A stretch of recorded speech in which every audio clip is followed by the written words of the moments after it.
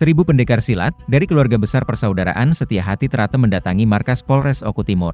Kedatangan mereka terkait sopir angkutan batubara bernama Pramono berusia 41 tahun, warga Bangunjaya Gunung Agung, Kecamatan Tulang Bawang Lampung, menjadi korban pembacokan. Korban juga adalah anggota warga PSHT. Di mana sebelumnya, korban Pramono sopir mengendarai mobil truk diberhentikan oleh para pelaku, kemudian korban dimintai uang sebesar Rp200.000. Korban tidak mau memberi sehingga terjadi keributan pelaku utama yang melakukan penganiayaan dengan cara membacok korban.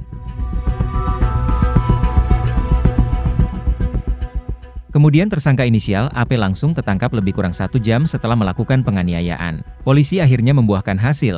2 tersangka DPO tertangkap walau dengan waktu yang berbeda. Sementara, kedatangan ribuan warga PSHT untuk mengapresiasi kerja polisi. Diketahui, peristiwa pembacokan terjadi di Jalan Lintas Desa Tanjung Kemala, Kecamatan Martapura, pada Kamis 26 September 2024 lalu.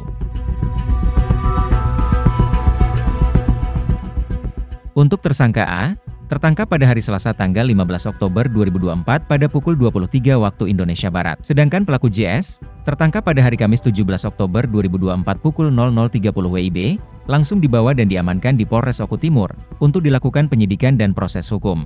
Selanjutnya, atas tertangkapnya DPO tersebut, korban Pramono bercerita kepada teman-teman lebih kurang 1.000 orang keluarga besar PSHT dari berbagai daerah. Lalu atas inisiatif bersama keluarga besar PSHT, mereka mendatangi Mako Polres Oku Timur untuk mengucapkan dan memberikan apresiasi dan ucapan terima kasih kepada Polres Oku Timur dan jajaran.